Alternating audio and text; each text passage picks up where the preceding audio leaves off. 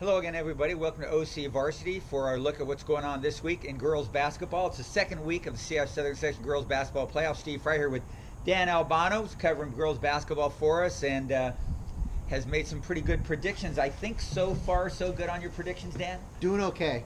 I had some. I was sweating it out as far as prediction wise. Okay. Most of the Mater Dei game in the Open Division on Saturday night, sitting courtside. Monarchs didn't look so good. Looks like they were going to lose that game to Ribet. And my bold prediction of the Lady Monarchs winning was going to go right down with the Monarchs. But they had their best comeback of the year. Came back from 12 points in the second half, 10 points in the fourth quarter, and puts Mater Dei in the big game Saturday. I think it's going to be around 4 o'clock. We think against Windward in the Open Division semifinals at Cal Baptist in Riverside. And it's the Open Division, we talked about it. It was going to be the toughest division, sure. And it really lived up to the hype. Mater Dei, they won by 4, 60-56 against Ribet. But you look at the other scores in the Open Division, it was pretty interesting. Harvard Westlake won by 7, Etiwanda won by 1 point, and Windward, who Mater Dei's opponent, won by 6 against Bishop Montgomery. So nothing too unusual about Mater Dei's score, but just the way they came back was pretty amazing. They were kind of hobbled, and it puts them in an interesting place going into this game. Steve, is they're hobbled.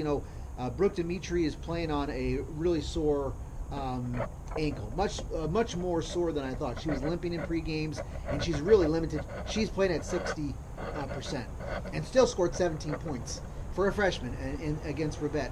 Very impressive how tough she was. And then Kylan Crocker, their junior point guard who started against Ribet, she's playing with a broken finger on her left hand. She's dealing with some shin splints, and she's coming off foot surgery that she missed most of the season for. So girls basketball is a tough game, Dan. They are. So it's going to be a great game out there Saturday. We'll see what Coach Kiernan was talking about. This was the big win. Maybe they're going to really take a step after this game. But it's going to be so hard against Windward, the number 2 seed, and they have one of the best players, if not the best player in Southern California. They have a junior guard, 5'9" junior guard, point guard, Charisma Osborne. She is an outstanding player. We saw her a little bit at the Denning Classic at Mater Dei, and so did the Monarchs. So they're Windward's a guard-oriented team led by Osborne. So it's going to be an interesting game. No more height and difficulty rebounding for Mater Dei. Extensive height. So that game was outstanding. When your first name is Charisma, man, you got a lot to live up to. Charisma, I gotta say. Any surprising teams out there that are still around here in this second week of the playoffs that big kind of surprise. caught your eyes? Huge surprise. Yeah, a lot of them, or just one or two? Well, a couple. Yeah. One of them is Los Alamitos, who was a bracket buster for me on my predictions in Division One. They upset the Griffins, upset the second-seeded Brealina Lady Cats in the 47-44 on Saturday in the first round. So Los Al, if you saw this morning and online last night on OCVarsity, number 2 ranked team in Orange County now because they beat the number 2 Lady Cats. Where were they last week? They were 6th. 6-2. That's okay. And they also own a victory over previously ranked number 4 Orangewood. So they have done this earlier in the year, but I hadn't quite made the move. Maybe I should have. They showed me wrong. So they're on to the quarterfinals. It's impossible to figure out what's going on in high school athletics sometimes. You just never know what you're going to get, which makes it so fun. It is fun.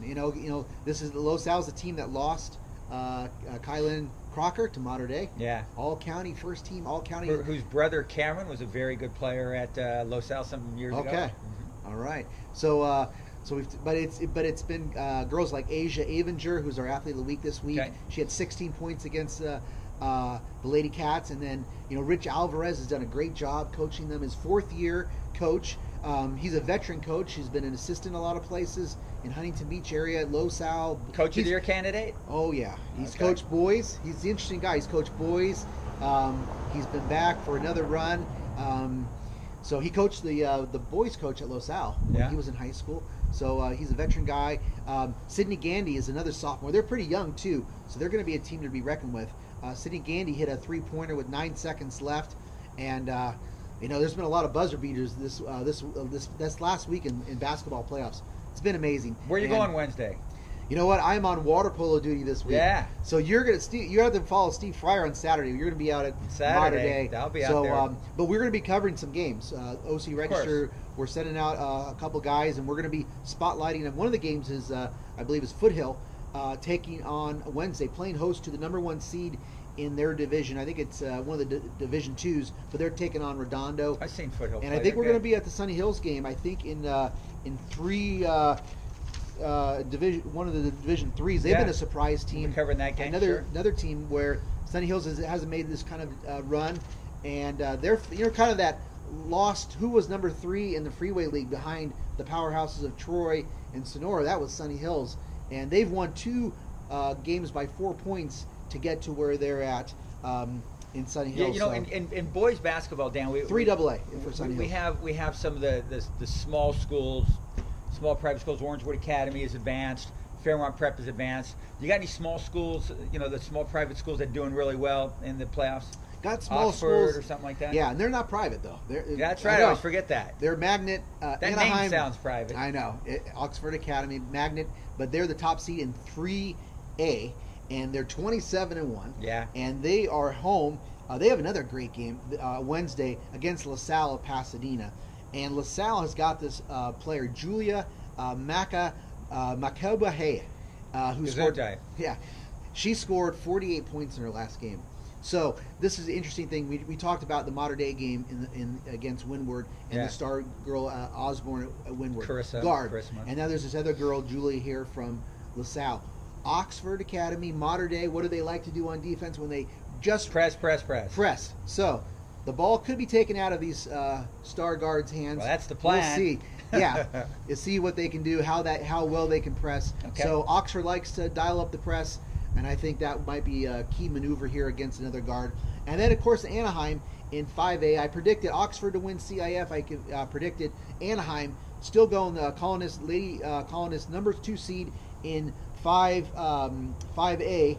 I think it's 5AA, excuse me. They're still moving in. They played on Monday, actually. Just last night, they beat Chavalette.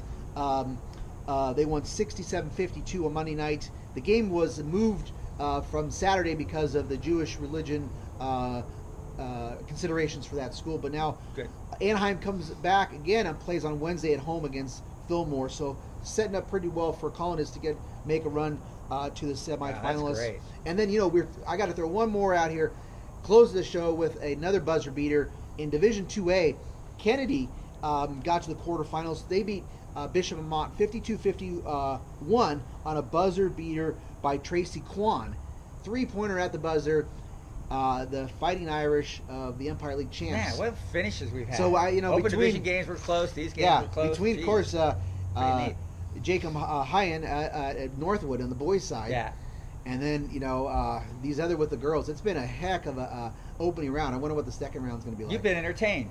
I have been thoroughly entertained. That's good. Yeah. So check out some of these videos on our OCVarsity YouTube. We're trying to get some of these buzzer beaters. I have the Sydney Gandy is going to be going up today. All right, very good. Well, it's been very entertaining, like Dan says, and a lot more entertainment to come. Keep up with us here at OCVarsity as we go and take a look at what's going on in the second week of girls basketball playoffs in the CIF Southern section.